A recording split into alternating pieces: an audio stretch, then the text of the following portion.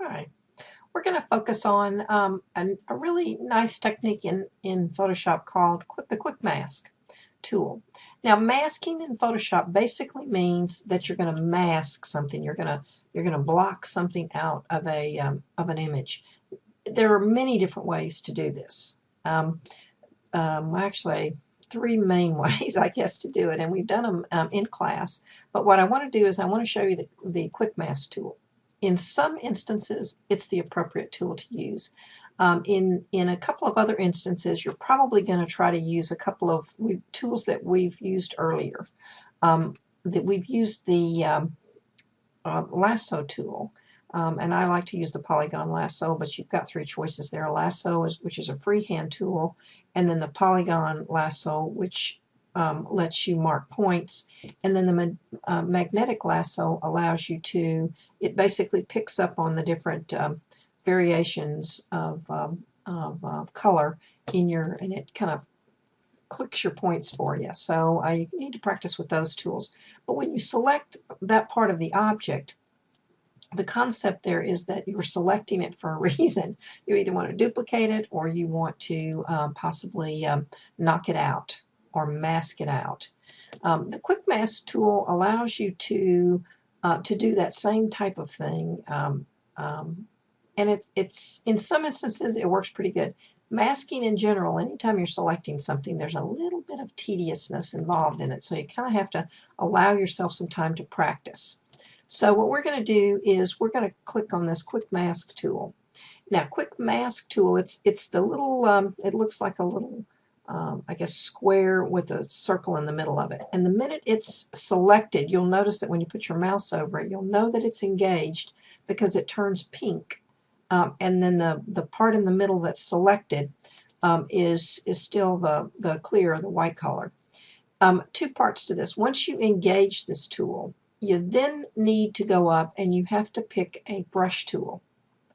And so the brush tool, because basically what you're going to do is in the Quick Mask, you're going to mask out by painting. You're going to use the brush tool to paint out what you don't want in the picture. And in this case, for instance, I'm going to pick the hard round brush, and I'm going to make it fairly large because I want to mask pretty quickly. I'm going to use a couple of different techniques here, and so I'm going to use the first one to mask out the part of the picture that I do not want. And so first thing you'll notice is as you start, I picked my brush, and as I go in and start brushing or start picking the part out that I do not want to use, so I'm going to mask this out. This is the part that I'm going to get rid of, and I'm going pretty quickly here. It's grass, and what I'm going to do is I'm going to end up placing this bird in another picture. And my thought here is that I want it to be standing on this piece of wood here, but I really don't want the grass around it. It's really going to be water around the bird. So once I've got the major part of it cleaned up, I'm going to now drop down the brush size to a much smaller brush, and I'm going to even do a little finer tuning around the bird's beak and those cute little fluffy chest feathers there. And just kind of get as much out as I can get. Keep in mind, whoops-a-daisy, oops, if you accidentally mess up some parts, like I just went over a part that I probably want to keep, which is the legs. You probably don't worry about it, because the other side of this tool is if you're using the brush to brush on the red, then you can use your eraser, and I want to make sure my eraser's fairly small. You can use your eraser to erase off the red. There we go. I may end up, once I get this into, whoops, I see I erased a little too much there. Go back to my paintbrush, and I'm going to paint back in the red. So as soon as I've selected as much as I really need of this, notice there's still going to be some fine tuning that I'm going to need to do, but I can do that in the other picture, or I can do that. Basically, my whole concept with this quick mask is I wanted to get rid of the background.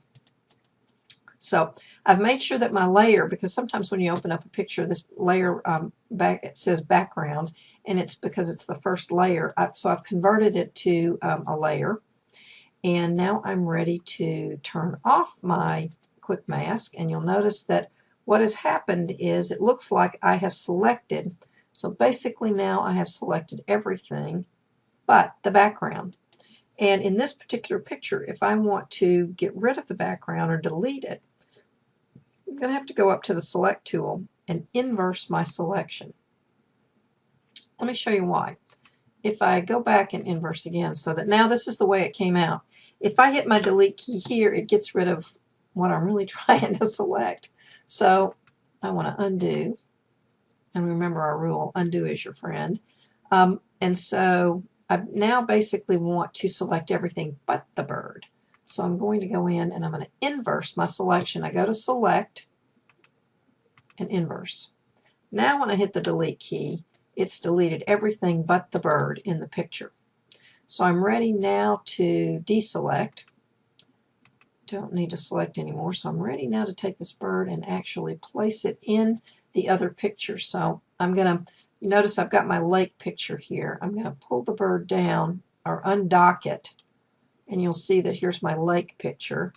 And so I'm going to take the bird and just pull it over into the lake picture. And now I am done with the bird, so I'm going to minimize it. In this particular case, I've got a little bit of cleanup work to do, and I have to kind of figure out where I want to place it in there.